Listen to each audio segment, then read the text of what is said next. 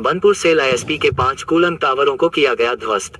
Cell को steel plant में लगभग 70 साल पुराने 5 hyperbolic concrete natural draft cooling tower, जिनमें से प्रत्येक 72 मीटर ऊंचा और 30-48 मीटर व्यास का था, को रविवार को दोपहर 12:15 बजे ध्वस्त कर दिया गया।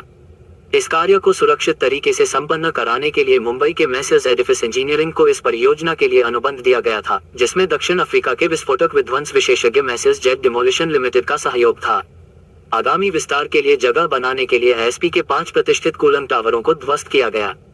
प्राथमिक विध्वंस के लिए सबसे सुरक्षित और सबसे लागत प्रभावी दृष्टिकोण में विस्फोटकों के नियंत्रित उपयोग के माध्यम से संरचनात्मक पतन को प्रेरित करना शामिल था।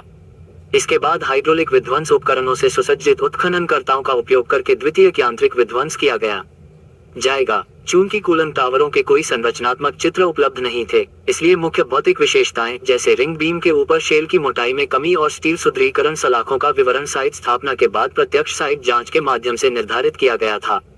प्रारंभिक विध्वंस डिजाइन पिछले साइट दौरों और पिछले अनुभव से दृश्य अवलोकनों के आधार पर तैयार किया गया था। वास्तविक कूलिंग टावर संरचनात्मक विवरणों को स्थापित करने के लिए अतिरिक्त जांच साइट स्थापना के बाद विध्वंस स्थल तैयारी कार्यों की शुरुआत में की गई थी, इसलिए विध्वंस डिजाइन के कुछ पहलुओं को संशोधित किया गया था क्योंकि उन्हें लाभकारी या आवश्यक माना गया था। इन टावरों का निर्माण 1950 के दशक में किया गया था, जब ब्लास्ट फर्नेस की स्थापना की गई थी। इस प्रकार ये लगभग 70 साल पुराने हैं। दिया गया है। हाँ, तो क्या क्या बोलेंगे?